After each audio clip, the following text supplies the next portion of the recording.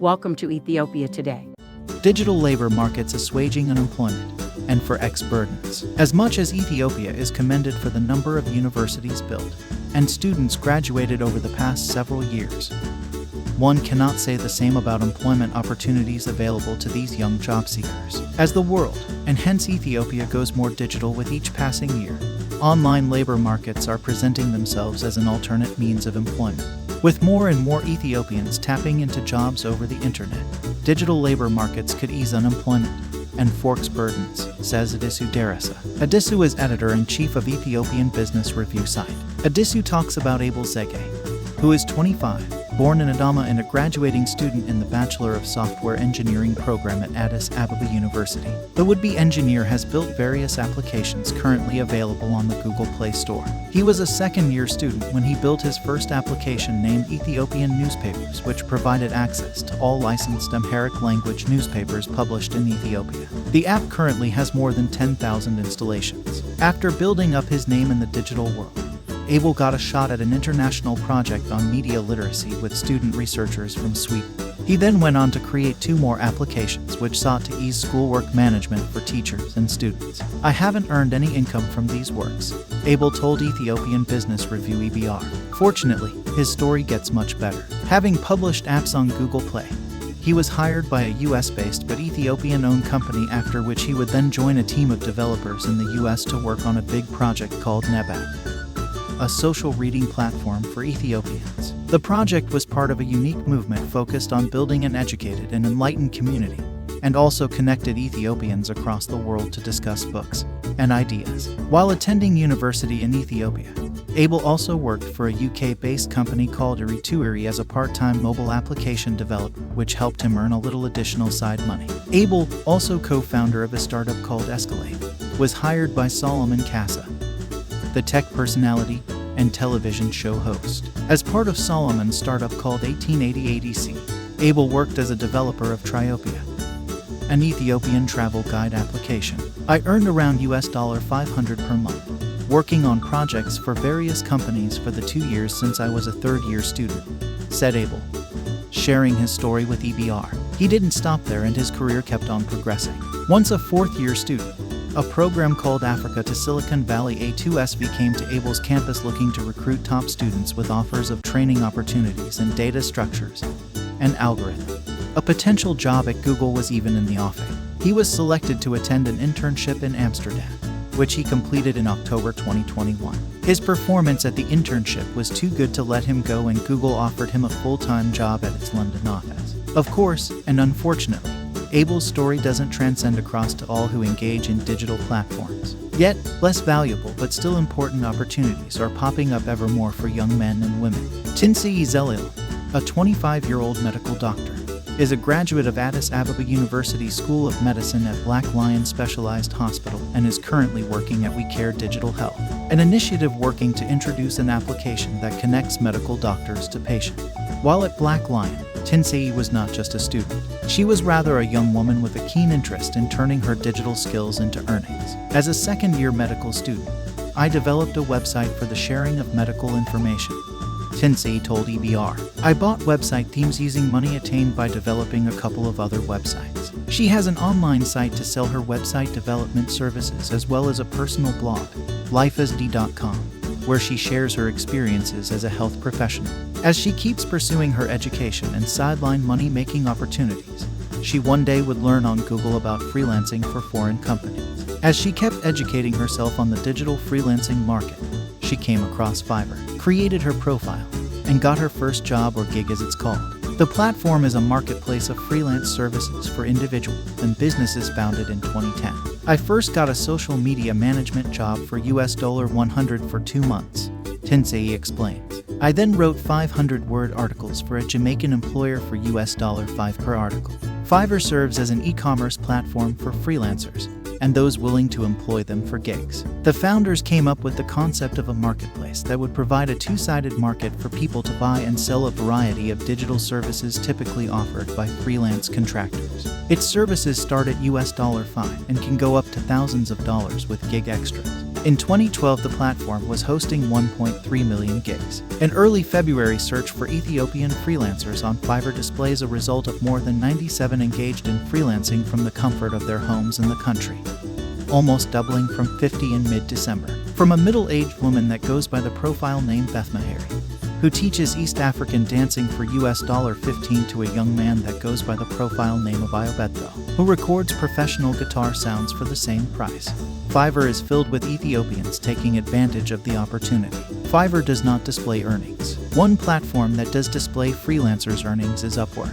The merger of two tech companies in 2015, Alliance and Odesk, gave birth to the company. The biggest online labor market with more than 12 million registered freelancers shows over 3,800 under a search for Ethiopian talent. In 2017, Upwork has already platformed jobs worth $1 billion worldwide. It allows clients or employers who want to hire freelancers from any corner of the world to interview and hire talent, either specific individuals or from a pool of applicants. After completing their work through agreed-upon rates, hours, and deadlines, freelancers are paid directly to their given bank account. When searching Ethiopia in the Upwork website, there's a list of Ethiopians actively engaging on the platform to make money as freelancers, with the first page displaying 10 Ethiopians who have made a combined $211,000, though the time period isn't clearly stated. Individuals have earned between $20,000 to $200,000 with multiple jobs through the platform. Most of the jobs are translations of English to and from Amharic, Tigrinya, and Afan Oromo, among others. The top earner of the first 10 individuals goes by the account name of Miharet Abe, who has earned $200,000 through a total of 141 jobs taking more than 9,000 hours. This equates to around $46,000 per year when calculating upon full-time employment of 40 hours per week. Miharet Abe, software engineer by profession, works 30 weekly hours and responds within 24 hours to freelance service requests according to his profile on the platform. Upwork allows freelancers to directly link their Ethiopian bank accounts, to which the platform relays payments whenever a certain threshold amount is reached. Fiverr, on the other hand, doesn't allow its global freelancers to directly link their bank accounts. It employs a link-up with Payoneer, a digital payment transaction system, after which freelancers receive the money through MasterCard or a transfer to an Ethiopian bank account. If both individual freelancers and the government take the matter seriously, it could be a significant source of dollars. Tinsei argues, "We earn in dollars, but banks give us in local currency." Tinsei advises for the localizing of services. Translations of foreign languages into local ones could be a profitable service, as well as voiceovers and transcriptions, according to him. In 2018, Ethiopia witnessed its first digital freelancing platform. Freelance Ethiopia is a Telegram channel and bot, developed by Mazero Advertisement and Technologies. The social media channel now has more than 141,000 subscribers with an average of 5 daily job postings. It was developed as a matter of necessity, as our sister company was not able to find freelancers. Semen Tadasi, CEO of Mazero, told EBR. The public's interest was so immense that it eventually became a public channel. The Ethiopian government, through the newly structured Ministry of Labor and Skills, also seems to be arranging to take advantage of digital labor markets. Even though the ministry is yet to fully engage in many of its missions, there are early signs that its eyes are on the matter, as it has set up a freelancing, outsourcing, and gig task force, according to a November 2021 official Facebook post. Adisu continues. A study document compiled by the International Labor Organization ILO in 2021 recognizes digital labor platforms as potential endeavors to ease unemployment burdens worldwide. The COVID-19 pandemic has played a role in accelerating technology usage and hence digital labor contracts. The pandemic has forced remote working arrangements, giving rise to e-commerce, e-services, and online freelance work both in developing and developed economies, according to the document, which is the first major attempt by ILO to capture the experiences of workers. Work is outsourced on these platforms by businesses in the global north and performed by workers in the global south. The ILO report reads, the report involved tens of thousands of workers in 100 countries operating on 16 platforms, according to data collected from 200,000 projects on a major freelance platform for the year 2019. Demand for such work is largely outsourced from Australia, Canada, Germany, New Zealand, the United Kingdom, and the United States. A large proportion of this work is performed by workers in developing countries. Indians take the lion's share of $26 million, almost 20% of the total market, followed by the Philippines at $16 million, and Ukraine at $13 million. The volume of transactions has increased, and almost all countries now have a higher share of domestic employers outsourcing tasks on these platforms. Hence, online labor markets are dispersed around the globe. But the new opportunity is not without challenge. The platforms are like brokers that manage the entire transaction between workers and clients using algorithms. These platforms allow the managing of work without having to invest capital assets or hire employees. This in turn could create a struggle to find sufficient and well-paid work to earn a decent income, hence creating what the ILO document refers to as work poverty. The issue of social protection for workers is too ideal a variable to practice in contracts over these platforms. In response to the challenges, governments are taking regulatory measures to protect the safety of workers and ensure the consideration of health standards and social protection. As various governments are responding in their own unique ways, it is still difficult to ensure quality work environment at a global level.